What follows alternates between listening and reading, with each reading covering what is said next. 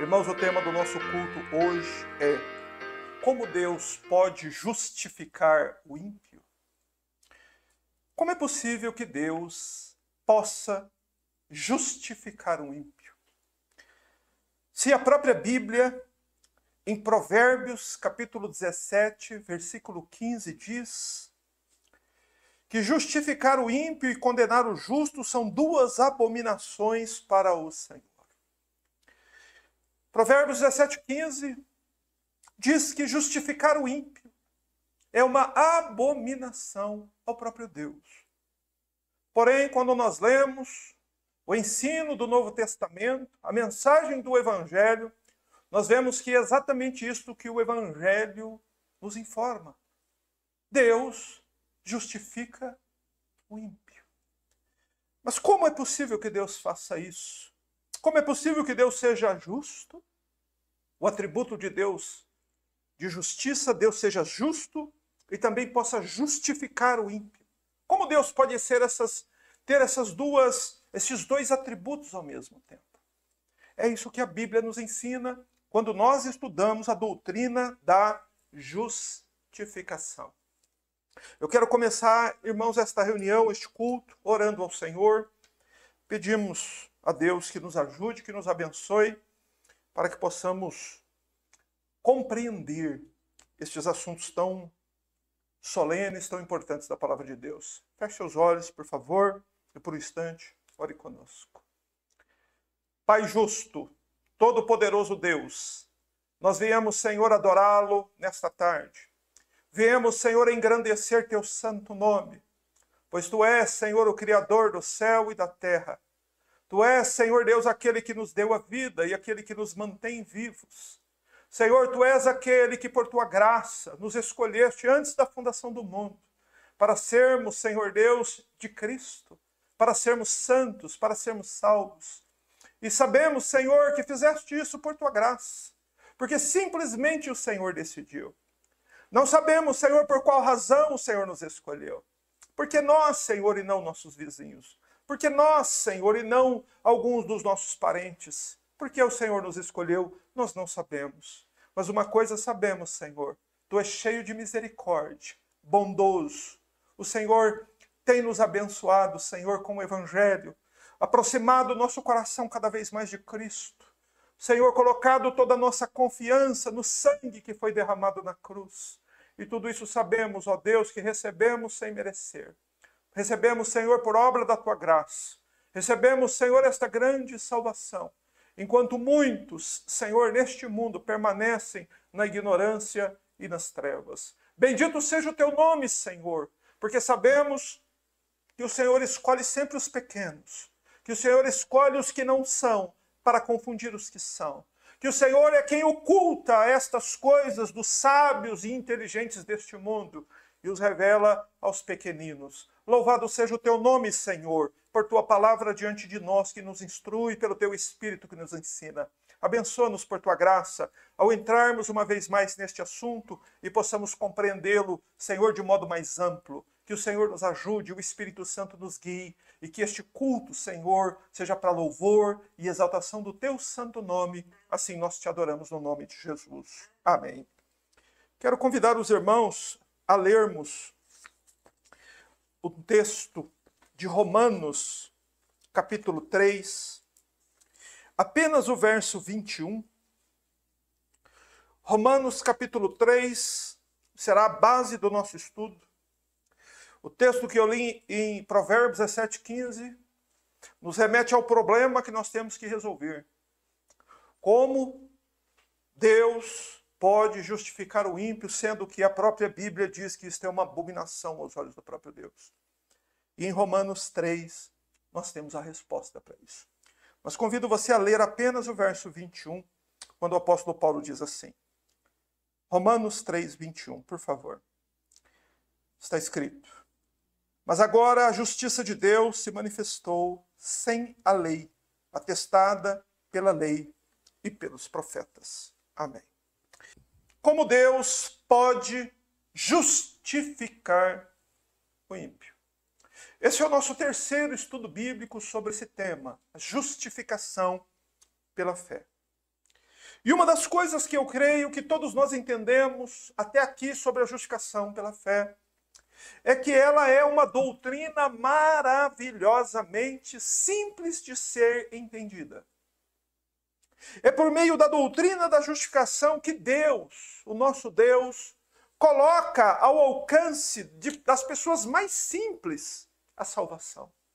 Conhecer essa doutrina nos faz conhecer mais a Deus, os atributos de Deus, a bondade de Deus, a misericórdia de Deus, o amor de Deus, a justiça de Deus, a pessoa de Cristo, a cruz de Cristo, o valor do sangue de Cristo, o valor do perdão dos pecados, da remoção dos pecados e a grande bênção, a coroa da salvação que é a própria doutrina da justificação. Mas enfim, como Deus pode justificar o ímpio? Parece estranho a Bíblia dizer isso, não é? A Bíblia diz que o Deus santo e justo concede a ímpios, a pecadores injustos, o status de justo. Deus declara para ímpios que estes ímpios são justos. Parece estranho isso aos ouvidos das pessoas. Mais estranho ainda seria isso aos ouvidos de um judeu, porque o judeu, ele conhece perfeitamente Provérbios 17,15. E Provérbios 17,15 diz que isso é uma abominação diante do próprio Deus. Mas então, como nós podemos explicar isso? Como nós podemos entender essas duas coisas aparentemente conflitantes que a Bíblia diz? Que é uma abominação a Deus justificar o ímpio, porém nós vemos no Novo Testamento Deus anunciando exatamente isso através do Evangelho, a disposição de Deus em justificar os pecadores ímpios. Qual a resposta? Como Deus pode justificar o ímpio? A resposta é a cruz do Calvário. Através da cruz do Calvário. Por isso, eu quis ler com os irmãos em Romanos, capítulo 3, verso 21. Paulo, ele começa a sua exposição, ele começa a instruir a igreja a respeito da doutrina da justificação. Porém, ele começa esse ensino com uma conexão com a palavra mas. Agora, o mas, porém. Quando o apóstolo usa esse conectivo aqui, essa palavrinha, ele está conectando o que ele vai dizer a seguir com aquilo que ele acabou de dizer anteriormente. Ou seja, você não consegue entender a doutrina da justificação daqui para frente sem entender o que Paulo disse daqui para trás. Então nós precisamos fazer uma contextualização. Contextualizar o que Paulo estava dizendo antes e o que ele vem dizer depois. Paulo estava falando em Romanos 3, de 9 a 20, sobre a depravação total da raça humana. Depravação total é um termo que foi cunhado, que foi desenvolvido no século XVI. Porém, essa depravação total, da raça humana, ela é encontrada como um ensino claro em toda a Escritura. Sobretudo aqui em Romanos 3, 9. Então, o que o apóstolo quer nos ensinar, o que o Espírito Santo, né, que inspirou o apóstolo a escrever essa carta e todas as outras que ele escreveu, em fazer com que Paulo falasse da depravação total antes de falar da justificação, é porque ninguém estará pronto para receber o perdão e a justificação sem antes entender quão culpado é. Sem antes entender o quão ímpio é, o quão merecedor da ira é perante os olhos de Deus. Por isso que Paulo, antes de falar da justificação, ele fala da depravação da raça humana. Veja, e se lembre disso. A Bíblia não está falando a respeito de outras pessoas. Cada letra, cada palavra da Bíblia está falando sobre mim, sobre você, diretamente. Por isso eu quero convidar os irmãos a entrarmos aqui dessa questão da depravação da raça humana e seguirmos rapidamente, entendendo o que Paulo disse aqui, para podermos então compreender a questão da justificação aqui no capítulo 3 de Romanos. A primeira coisa que Paulo diz aqui no verso 9, acompanhe comigo a leitura, por favor. Romanos 3:9. Ele diz: e então, somos superiores a eles? De modo nenhum, pois já demonstramos que tanto judeus como gregos estão todos debaixo do pecado. O que Paulo está dizendo aí no final do verso 9? Que todos os homens do mundo inteiro, sem qualquer exceção, qual é a condição da raça humana? Estão todos debaixo do pecado. Agora ouça o testemunho que a Escritura dá a respeito da raça humana. Lembre-se que está falando sobre mim e sobre você. Paulo, no verso 10, ele começa dizendo assim, como está escrito. Paulo vai dizer agora, vai fundamentar na palavra de Deus o que ele estava dizendo, que todos estão debaixo do pecado. Paulo não está tirando uma conclusão da própria mente. Paulo está baseando o seu argumento na própria palavra de Deus. E a partir do verso 10 até o verso 18, Paulo vai citar vários textos do Antigo Testamento que falam exatamente a respeito da doutrina da depravação total da raça humana. Veja como a Bíblia fala da raça humana. Primeiro, a Bíblia diz que não há justo. Paulo está citando aqui o Salmo 14. O que quer dizer isso? Não há justo. Todos estão debaixo do pecado, mas ele diz que não há justo. Ele está dizendo que nunca houve um homem justo na terra.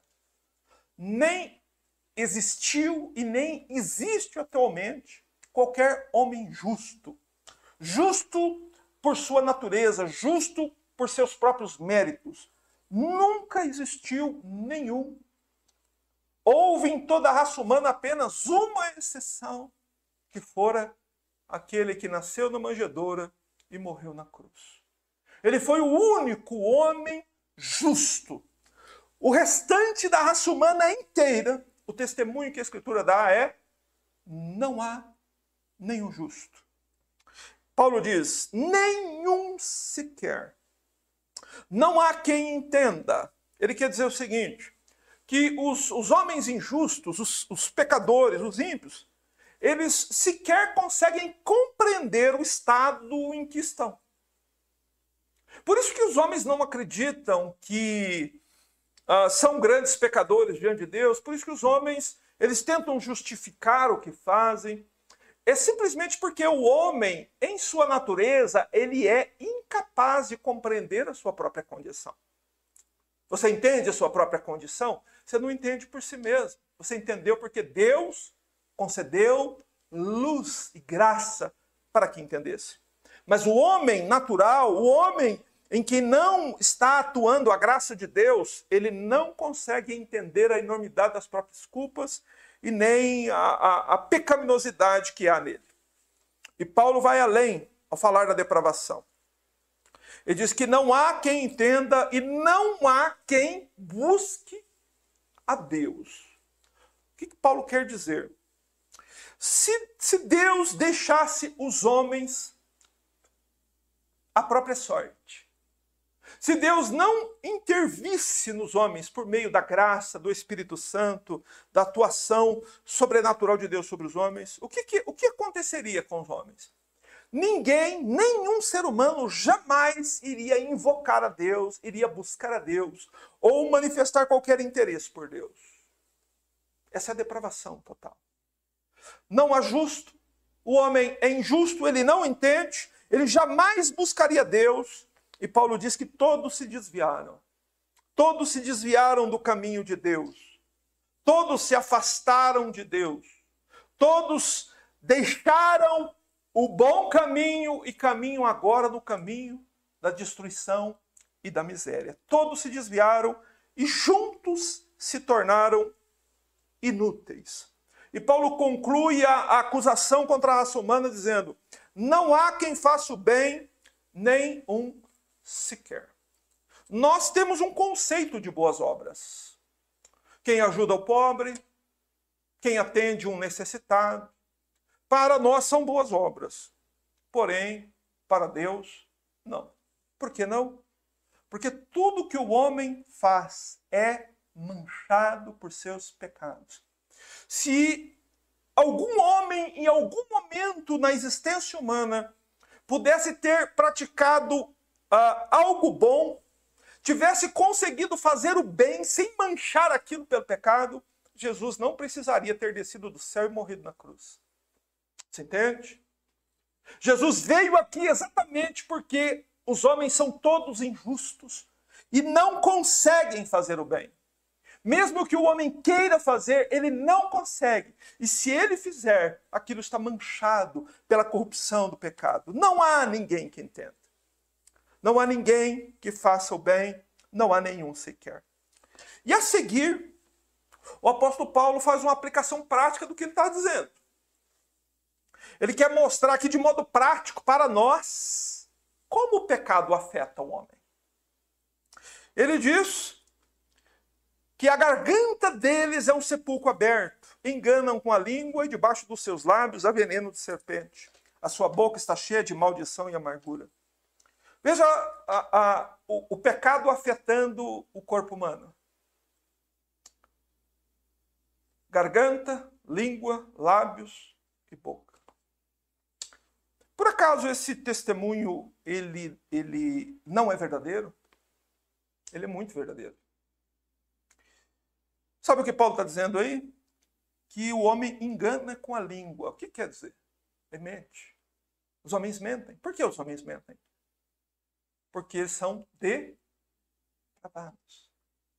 Debaixo da sua língua veneno de serpente. O que ele quer dizer? O homem, ele odeia a verdade e ama a mentira. Você já reparou isso? Você já reparou nesse aspecto da natureza humana caída? Como os homens têm uma propensão à mentira e uma resistência à verdade? Isso é porque o homem é um ser corrompido, da planta do pé ao alto da cabeça. A boca do homem é um sepulcro aberto. Ele mente, ele engana, ele tem aversão à verdade e ele ama a mentira. A seguir, no verso 15, de 15 a 17, Paulo fala dos pés. Os seus pés se apressam para derramar sangue, nos seus caminhos a destruição e a miséria, não conhecem o caminho da paz. Os pés. Outra parte. O que Paulo está dizendo aqui em resumo nesses versículos? Paulo está dizendo que o homem tem uma predisposição à violência. Seus pés se apressam a derramar sangue. Os homens têm essa predisposição à violência? Ou não?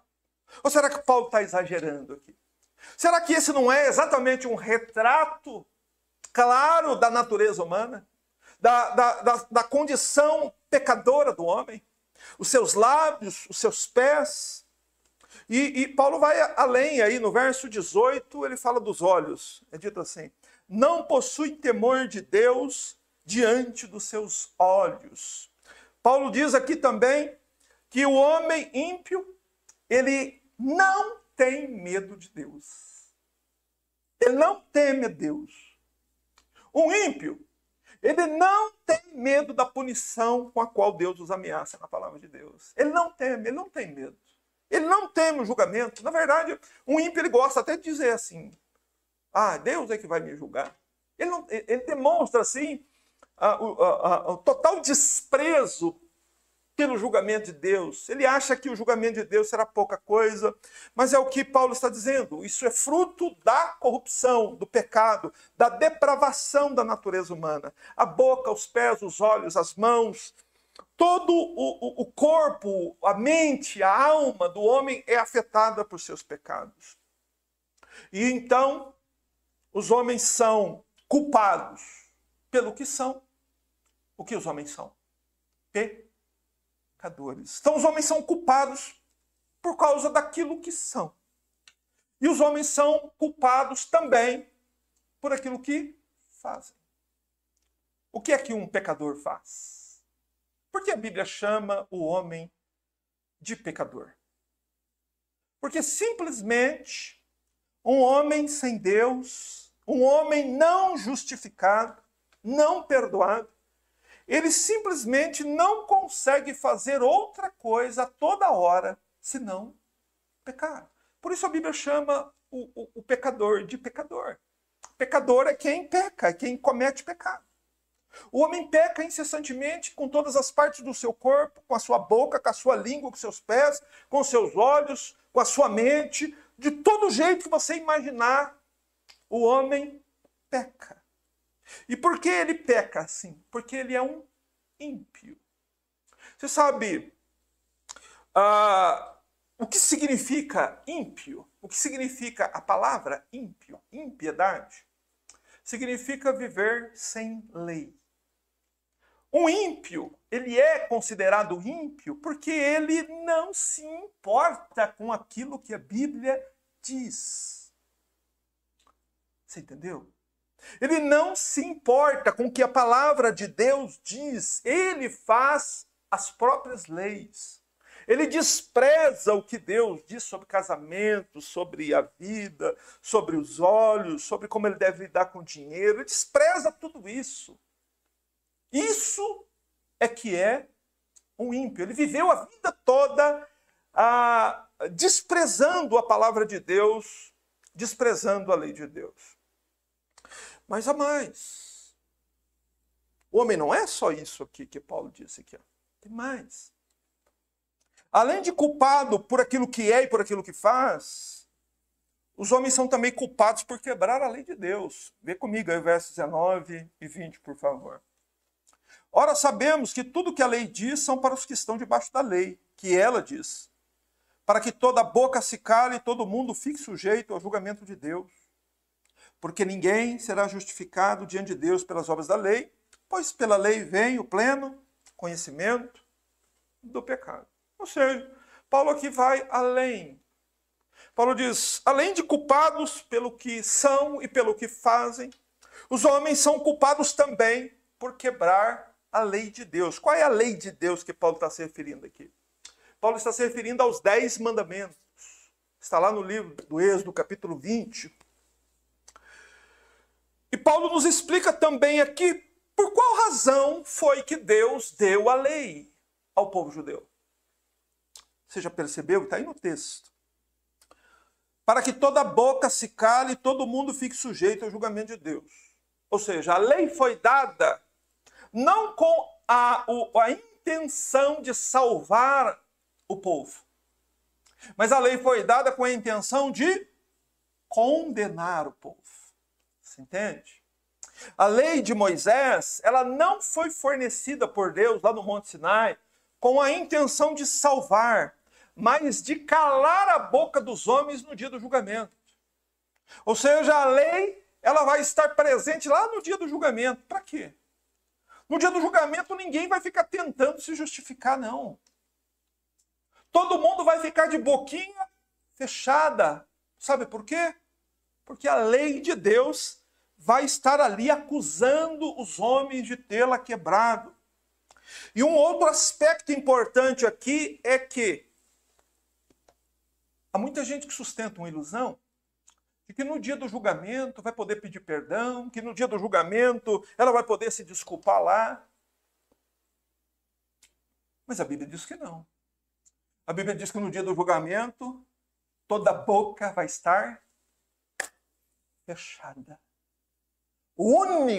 A única voz que será ouvida será a voz do onipotente assentado no trono, condenando os ímpios que estiverem ali. Como Deus, qual é o meio pela qual Deus irá condenar? A quebra dos 10 mandamentos. Não terás outros deuses diante de mim. Honra teu pai e tua mãe. Não adulterarás, não roubarás, não dirás falso testemunho. Esse será o critério pela qual Deus julgará. A lei foi dada não para salvar. A lei foi dada com o objetivo de condenar o homem. É isso que Paulo diz no verso 19 e realça isso no verso 20. Ele diz, porque ninguém será justificado diante dele pelas obras da lei. Ou seja, é impossível obedecer os 10 mandamentos e ser justificado diante de Deus. Os judeus tentaram fazer isso por séculos e não conseguiram. Por que não? Amados, porque a lei exige obediência perfeita. Sabe o que a lei exige? A lei exige que o pecador, que o homem, desde que saia do ventre da mãe bebezinho, desde a hora que ele dê a primeira suspirada de ar, e depois no fim da vida, quando ele der o último suspiro, do berço à sepultura, ele nunca quebra os 10 mandamentos. Você entende? Quem é que pode fazer isso? Quem é que tem essa justiça? Quem é que é capaz de fazer algo assim? Nenhum homem. Por isso que são todos não é justo. Ninguém consegue cumprir a lei. Porque, na verdade, os 10 mandamentos nunca foram dados para salvar, mas foram dados, como Paulo diz aqui, pela lei vem o pleno conhecimento do pecado. Ou seja, é através da lei que o homem percebe o quanto é pecador. Você quer saber o quão pecador você é?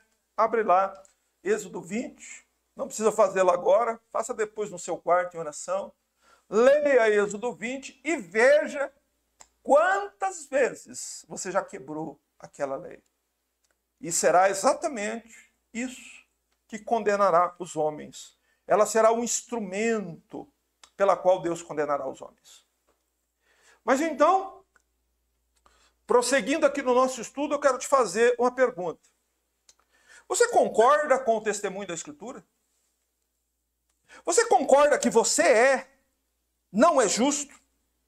Que sem a graça de Deus você não consegue entender as coisas de Deus? Que se Deus não tivesse intervido na sua vida, você nunca buscaria Deus? Que você também se desviou do caminho e se tornou inútil e nunca fez o que é bom, só fez o que é mal? Você concorda com aquilo que a Escritura está, o testemunho que a Escritura está dando a teu respeito? Você concorda ou você discorda? A maioria das pessoas discorda. A maioria das pessoas, elas pensam que são melhores do que realmente são. Mas você concorda que a humanidade está toda debaixo do pecado? Os irmãos aqui concordam. Você concorda que não existe nenhum justo? Nem você, nem eu. Você concorda que todos os homens são seres caídos, depravados e injustos? Você concorda com isso? Que nós, que aqui estamos, fazemos parte desta humanidade caída e que é sobre nós que a Bíblia está falando? Você entende que esse é o diagnóstico de Deus sobre nós, sobre nossa natureza, e é fundamental nós falarmos disso antes de entrarmos propriamente no assunto da justificação. Por isso que Paulo começa ali, mas agora a justiça de Deus. Porque sem que o homem concorde com o testemunho de Deus a respeito dele mesmo, ele não pode ir a Cristo para ser perdoado e justificado. Veja aqui que o que Paulo fez, sob a inspiração do Espírito de Deus, foi dar um quadro terrível sobre a humanidade. Uma humanidade depravada e condenada por quem é, por aquilo que faz e pela lei de Deus. Você acha que há algum modo de escapar? O homem é condenado pelo aquilo que é, por aquilo que faz, por quebrar toda a lei de Deus. Esse é o quadro da humanidade, irmãos. Esse é o diagnóstico de nós mesmos. Essa é a avaliação que Deus faz da humanidade. Você vê que sombria é essa avaliação. Mas você vê que bênção é nós entendermos o que somos. Você vê que a doutrina da justificação faz exatamente isso. Coloca Deus lá no céu, coloca você cá embaixo, carente da misericórdia e da graça de Deus. Então, diante desse diagnóstico, nós deveríamos fazer aquela pergunta: o que faremos? E agora? O que faremos? Irmãos, nós precisamos de perdão e de justificação. Nós ouvimos as más notícias até agora, mas agora vêm as boas notícias. Nós ouvimos até agora a acusação de Deus, mas agora precisamos ouvir sobre o Deus que justifica ímpios. Louvado seja Deus. E é aqui que o Espírito Santo nos traz então. Veja, vá ali para o verso 21. E veja que Paulo, depois de dar esse diagnóstico sombrio sobre a raça humana, ele diz: mas agora a justiça de Deus se manifestou. Veja que essa palavra mas, ela transmite a ideia de uma mudança nas coisas. Houve uma mudança na situação depois que a justiça de Deus se manifestou. Agora a graça de Deus se manifestou trazendo a justiça de Deus. E Paulo diz: ela veio sem lei, quer dizer, sem méritos. Não importa o que a pessoa fez. Porque, na verdade, a própria Bíblia dá o testemunho de que você nunca, nem eu, nem ninguém fizemos nada de bom. Por isso que ela vem sem lei, sem méritos. Só que esta doutrina da justificação não é uma nova doutrina que passou a existir no Novo Testamento. Ela já existia no Antigo Testamento. Por isso que Paulo diz, ela era atestada pela lei e pelos profetas. Todo o Antigo Testamento fala dela. Domingo passado nós mostramos isso. Esse foi o meu interesse de falar sobre Jacó. Lá no Antigo Testamento a Bíblia já fala sobre perdão, remoção de pecados e justificação. A Bíblia toda fala sobre isso. E é o que Paulo introduz à igreja. Não é uma doutrina nova, ela se manifestou agora, mas ela era atestada pela lei e pelos profetas. E agora no verso 22 Paulo explica melhor. Isto é, a justiça de Deus por meio da fé em Jesus Cristo para todos os que creem, pois não há distinção. Paulo está afirmando, a palavra de Deus está afirmando, Deus está afirmando que todos os ímpios que creem em Jesus são declarados justos diante de Deus. Louvado seja Deus. O que é a justificação mesmo? Vocês lembram? Justificação pela fé é um ato judicial de Deus que aceita o pecador como justo. A condição do pecador muda diante de Deus, certo? Hoje uma pessoa não justificada, como ela é vista diante de Deus? Como um ímpio, que vive a revelia, que vive divorciado da lei de Deus. Mas quando ele é justificado, aquele ímpio, aquele pecador, ele é aceito como justo diante de Deus. O que significa que para Deus, diante dos olhos de Deus, aquela pessoa nunca cometeu nenhum pecado. Por que aqui todos precisam ser justificados? Por que todos precisam da justiça de Cristo? Paulo explica no verso 23. Porque todos pecaram e estão destituídos da glória de Deus. Paulo está dizendo, todos pecaram e não alcançam o padrão de Deus para entrar na glória dele. Qual é o padrão para entrar na glória de Deus? Qual é o padrão exigido para que alguém entre na santa cidade e possa se assentar ali com Deus, na presença de Deus e ver a Deus? Qual é o padrão exigido? Perfeição, impecabilidade. Então os homens, por causa do pecado, não alcançam e não podem alcançar isso. Porque o homem, ele é injusto. Não há justo nenhum sequer. Então o homem não alcança o padrão. E ele está, então, por causa disso, destituído da glória de Deus. Ele não pode entrar no céu, viver no céu. Mas então, o que um ímpio, o que um pecador precisa fazer para ser justificado? O que você precisa fazer para ser justificado? Paulo explica no verso 24. Veja, aqueles que pecaram e estão destituídos da glória de Deus, sendo justificados gratuitamente pela sua graça, por meio da redenção que há em Cristo Jesus. Ou seja, Paulo está dizendo, o pecador, o ímpio, ele é justificado gratuitamente por Deus.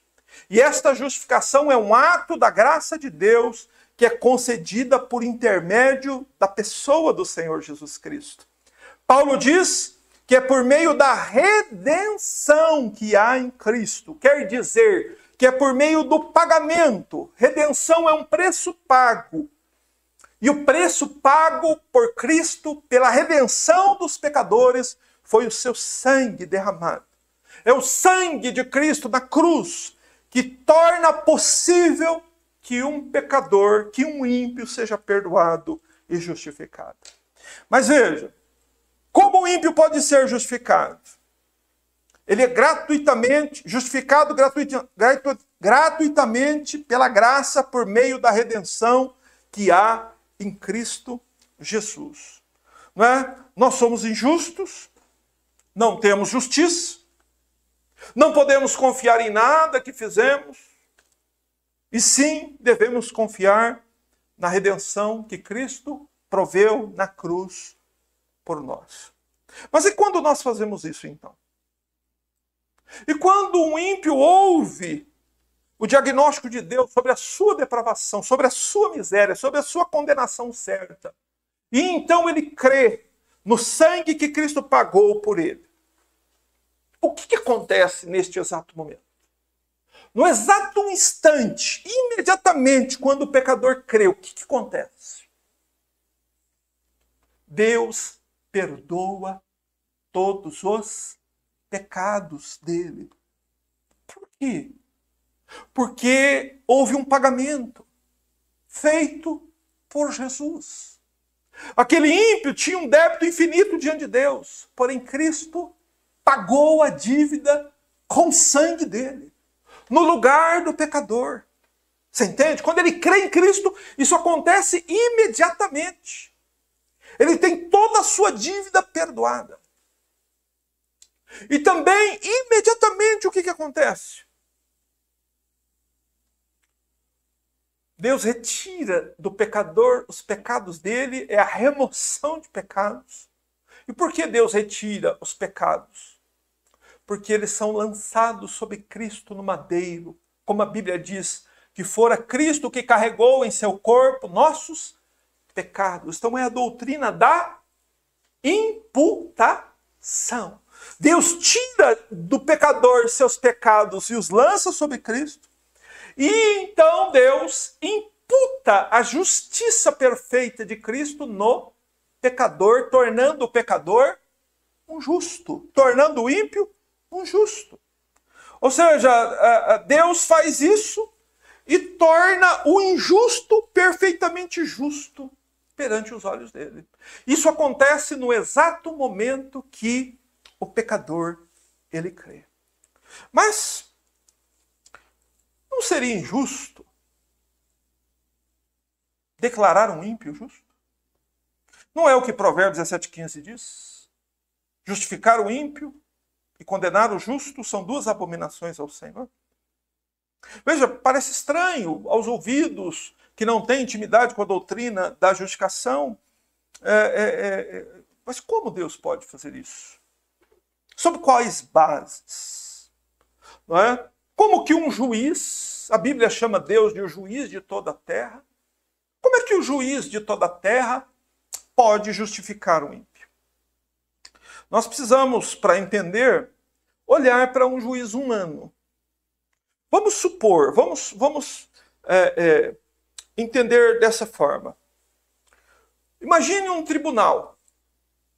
Diante do juiz está um homicida, um homem que cometeu um homicídio. Preste atenção. Há provas contra ele, há testemunhas contra ele, e ele mesmo confessou que foi ele que cometeu o homicídio. A lei dos homens prescreve 30 anos de prisão para ele. Mas então o juiz decide absolver o réu, declarar este réu inocente e libertá-lo como se ele nunca tivesse cometido um crime. Isso seria justo? Não, seria injusto. Primeiro, diante dos homens, e aos olhos de Deus, se ele fizesse isso, seria o quê? Uma abominação. Isso que Provérbios 17,15 diz. Justificar o ímpio, absolver o ímpio e libertá-lo como se ele nunca tivesse cometido crime, seria uma abominação perante Deus. Mas não é assim que Deus justifica o ímpio. Não é assim que Deus justifica o culpado. O Senhor não trata o ímpio como se ele não tivesse feito nada. o Senhor trata o pecador como pecador. Mas então, como é que Deus pode justificar um ímpio? A resposta está aí no verso 25. A quem Deus ofereceu como sacrifício propiciatório por meio da fé pelo seu sangue, para a demonstração da sua justiça. Até aqui a leitura. Deus ofereceu seu Filho inocente em sacrifício para sofrer e pagar a pena que o ímpio merece. Você entende que Deus não age como esse juiz que absolve o réu e o manda embora e desculpa o que ele fez? Deus não age assim. Por que não? Porque Deus é justo. Deus não pode deixar o pecado para lá. Deus não pode colocar o pecado debaixo do tapete. Você vai ver isso no dia do juízo, meu amado. Todos os pecados cometidos na terra, desde Adão até o último homem, todos os pecados cometidos serão devidamente julgados e punidos por Deus. Todos eles, de todos os homens que não receberem o perdão e a justificação. E por que Deus fará isso? Porque o Todo-Poderoso é justo. Deus é justo. E por isso ele não pode tratar o pecado com leviandade. Para que Deus pudesse justificar o ímpio, Deus ofereceu o seu próprio Filho em sacrifício. Louvado seja Deus. Mas Paulo chama aí o sacrifício de sacrifício propiciatório. Propiciatório é uma palavrinha difícil. Só que você conhece palavras como WhatsApp e outras coisas, e você sabe o que significam essas palavras.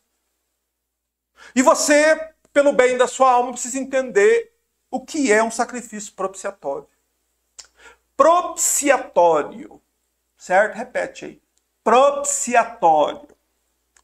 Tenha afinidade com essa palavra. O que significa um sacrifício propiciatório e por que é importante que um pecador saiba que o sacrifício de Cristo foi um sacrifício propiciatório?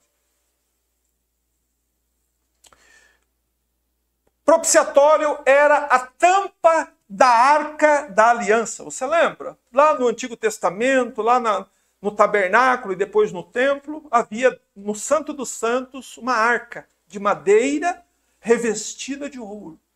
E aquela arca ela tinha uma tampa. E naquela tampa havia 2 querubins, a imagem de 2 querubins. Lembra disso? Sabe o nome daquela tampa lá?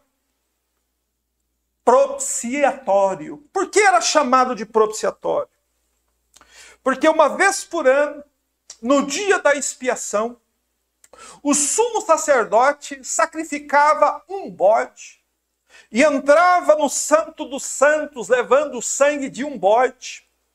E ele precisava entrar lá e derramar aquele sangue sobre o propiciatório. Por que ele precisava fazer isso? Porque o povo havia pecado contra a lei de Deus. E dentro da arca estava a lei, as tábuas da lei. Então era preciso derramar sangue sobre o propiciatório, porque o povo havia quebrado a lei de Deus. E se isso não fosse feito, a ira de Deus seria descarregada sobre o seu próprio povo. Porque eles quebraram a lei de Deus. Então o sangue precisava ser derramado porque o povo pecou contra a lei de Deus. E por que era derramado sobre o propiciatório? Porque a palavra propiciação significa sacrifício que desvia a ira. Entenda aqui. Deus ofereceu Jesus como um sacrifício propiciatório. Quer dizer, Deus entregou o seu Filho na cruz para desviar de nós a sua ira e lançar a ira dele sobre o Filho dele. Para desviar do ímpio a ira de Deus, ele ofereceu o Filho dele como um sacrifício propiciatório e despejou toda a indignação e fúria do Deus Todo-Poderoso sobre um cordeiro inocente que estava pregado lá na cruz do Calvário. Aleluia. Esse é o nosso Deus. Esse é o nosso Deus. Foi exatamente isso, pecador, que Deus fez por você. Deus ofereceu o Filho dele para te livrar, para poder te perdoar, para arrancar de você seus muitos pecados, para te cobrir de uma justiça perfeita, para que no dia do julgamento você não seja condenado a uma eternidade dentro de uma fornalha de fogo que nunca se apaga. A ira de Deus caiu sobre o justo, para que os injustos saíssem livres. Foi dado um justo no lugar dos injustos. Você é um injusto? Você é um desses aqui que se desviou? Você é um injusto? Então foi por tua causa que Cristo morreu. Essa é a graça de Deus. A misericórdia de Deus. O amor de Deus. O perdão de Deus. A justiça de Deus. Vê? O Deus que criou o universo. Pensa. Como Deus criou o universo? Deus simplesmente fala com sua palavra. E tudo vem à existência imediatamente. Mas por que é que com pecado não é assim? Por que é que com pecado Deus não faz assim? Ó, pronto. Acabou o pecado. Não tem mais pecado. Está tudo certo. Está tudo pago. Por que não pode ser assim com Deus? Porque Deus é o juiz de toda a terra. E Ele é justo, meus irmãos. Por isso, sem Cristo, era melhor nunca ter nascido. Jesus disse isso para Judas Iscariotes. Ele disse para Judas que era melhor Judas nunca ter nascido. Irmão, olha aí o que Deus fez. Ele ofereceu o Filho dele como um sacrifício propiciatório para desviar a ira de você. Ele lançou sobre seu Filho, para que Deus possa justificar o injusto, o pecador. E como é dado esta bênção ao homem? É por meio da fé, pelo seu sangue. É preciso crer no sangue, crer no sacrifício, crer que foi por mim que Cristo morreu, como o hino que nós cantamos no início do culto. O escritor, ele escreve de modo pessoal que tu, Jesus, vieste para me salvar. Ele tinha consciência de que Cristo veio para salvá-lo. Assim como todo crente precisa ter fé no sangue. E Deus, então, por meio do sacrifício, demonstra a sua justiça. Como? Jesus estava carregando os meus pecados. O que Deus fez com ele? Deus moeu o Filho dele na cruz. Isaías diz que a Deus agradou moê-lo, fazendo-o enfermar. Por quê? Porque quando Cristo estava lá na cruz, o status dele diante de Deus também mudou. Como Deus o viu? Pecador. Cheio de pecado. Imagina quantos pecados só eu tenho. Ou só eu tive. Imagina quantos pecados todos os crentes tiveram. Imagina a quantidade de pecado que havia sobre Jesus lá na cruz. Imagina a indignação de Deus lançada sobre ele. Deus demonstrou sua justiça, derramando ira e indignação sobre Cristo. Por isso Paulo diz, no verso 26, que Deus então é justo e também justificador. Para demonstração da sua justiça no tempo presente, para que ele seja justo e também justificador daquele que tem fé em Jesus. Por meio da cruz, Deus, o Pai, se torna justo e também justificador. O que quer dizer isso? Deus, ele mostra o seu caráter justo, condenando o pecado e punindo o seu próprio filho pelo pecado de outros. E Deus mostra agora o seu caráter justificador, podendo então declarar justos os ímpios. Algo que no Antigo Testamento era uma abominação.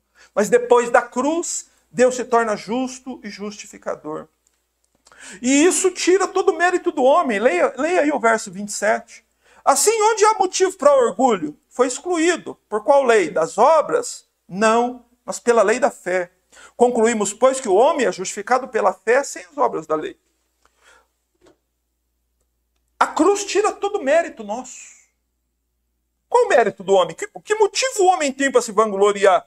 Ele estava debaixo do pecado, injusto, mal. Deus teve que punir o filho dele e oferecer o filho dele para salvá-lo. Qual motivo de orgulho nós temos? Ninguém vai poder chegar no céu batendo no peito, dizendo, olha, mas eu fui assim, olha, eu dei o dízimo, eu dava dízimo, olha, eu ia na madrugada, olha, eu fazia isso, olha, eu evangelizava. Essas obras, irmão, não tem qualquer valor diante de Deus. Tem valor diante de Deus o sangue do filho dele que foi derramado. Esse é o preço pela qual um pecador ele é justificado. E uma boa notícia para nós também está nos versos 29 e 30, caminhando para o encerramento, quando Paulo diz que a justificação é uma bênção universal. Será que Deus é somente dos judeus, não também dos gentios? É também dos gentios. Visto que Deus é um só, o qual justificará por meio da fé os da circuncisão e também por meio da fé os da incircuncisão. Havia lá na igreja de Roma judeus, e os judeus eles têm aquele orgulho nacional por serem judeus. E os judeus sempre se consideraram o povo exclusivo de Deus na terra. E Paulo está dizendo aqui, gente, a cruz acabou com isso. Agora, o Deus que é justo e justificador, declara justos igualmente por meio da fé, tanto judeus quanto gentios. E olha que bênção. Ele faz isso agora no tempo presente. Deus faz isso agora, irmãos. Deus fez isso há 2000 anos atrás. E Deus continuará fazendo isso até Jesus Cristo voltar. Deus continuará justificando pela fé todo aquele que se achegar a Cristo, se refugiar em Cristo, reconhecendo, crendo no testemunho da Bíblia, dizendo, Senhor, eu sou pecador, eu sou um ímpio, eu sou um miserável, da planta do pé ao alto da cabeça, Senhor, sou só pecado, sou toda injustiça. Todos estes Cristo recebe e Deus justifica. Agora o Evangelho, a justificação pela fé, chega em todos os lugares onde o Evangelho é pregado. No mundo inteiro. Então não importa de que povo você é. Não importa se o camarada é preto, branco, índio, azul, amarelo, verde, vermelho, fala chinês, japonês, não importa. A única coisa que importa é o seguinte, você crê na boa notícia do Evangelho. Que Deus pega um pecador culpado, um ímpio, que nunca deu qualquer atenção à palavra dele, e o perdoa, e o salva, e o justifica. Você crê? Amém. Então, se você é um destes que creem, eu quero encerrar dizendo para você, mostrando para você uma prova de que se você é justificado ou não é. Nós precisamos ter prova, irmão. Não adianta só conhecermos intelectualmente o assunto. Ele precisa entrar no coração e nós precisamos ter provas de que somos justificados. Como é que se prova? Um modo. Verso 31, Paulo pergunta: por acaso anulamos a lei pela fé? De modo nenhum. Pelo contrário, confirmamos a lei. Paulo está fazendo uma pergunta aqui. Se cremos, somos crentes, somos justificados, podemos abolir a lei, podemos pegar a Bíblia e jogar fora e não nos preocupar, não tem nada para fazer? Paulo diz, é claro que não. Podemos abolir a lei? Podemos viver como queremos agora? Não, espera aí. Entenda uma coisa. Você não era um ímpio? Todos nós éramos. Talvez alguns ainda são. Mas alguns eram ímpios e hoje são crentes verdadeiros, perdoados, justificados. O conceito de ímpio não é exatamente viver sem a palavra, sem obedecer a Deus. Não é? Mas há pessoas que pensam que porque são justificadas, elas podem viver como querem. E Paulo está dizendo aqui, ó, por acaso anulamos a lei pela fé? Ou seja, porque fomos justificados pela fé, nós não temos que obedecer à lei? De modo nenhum, Paulo diz. Pelo contrário, é aí que nós precisamos obedecer. Veja, se alguém diz que foi justificado, mas não obedece aos mandamentos de Deus, é de se duvidar que essa pessoa tenha sido verdadeiramente justificada. Você foi justificado? Qual a prova que você tem? Irmãos, uma evidência fortíssima é que a alma justificada tem prazer em obedecer a Deus. Não é um fardo. Como a própria Bíblia diz, os mandamentos de Deus não são pesados. São uma bênção. São para nos guardar de sofrimento. Você é uma alma justificada? Então, se você é uma alma justificada, depois você compara a sua vida com a do Salmo 1. Porque o salmista lá diz o seguinte, que ele tem prazer na lei do Senhor e na sua lei medita de dia e de noite. Você é uma alminha justificada? Você tem apego pela palavra de Deus? Se você não tem, você não foi justificado. Você ainda é um ímpio. Ainda está em seus pecados. Caminhando para o sepulcro. E depois da morte, para o julgamento, carregando todos os seus pecados. Entenda. Se alguém diz que foi justificado e não obedece o mandamento de Deus, eu duvido que essa pessoa foi justificada. Mas o crente, ele obedece. O crente obedece à lei de Deus. Você sabe por quê? Não para ser salvo, não para ser justificado, mas porque ele foi justificado. Ele antes vivia sem se importar com a lei de Deus. Mas agora Deus oferece seu filho em sacrifício.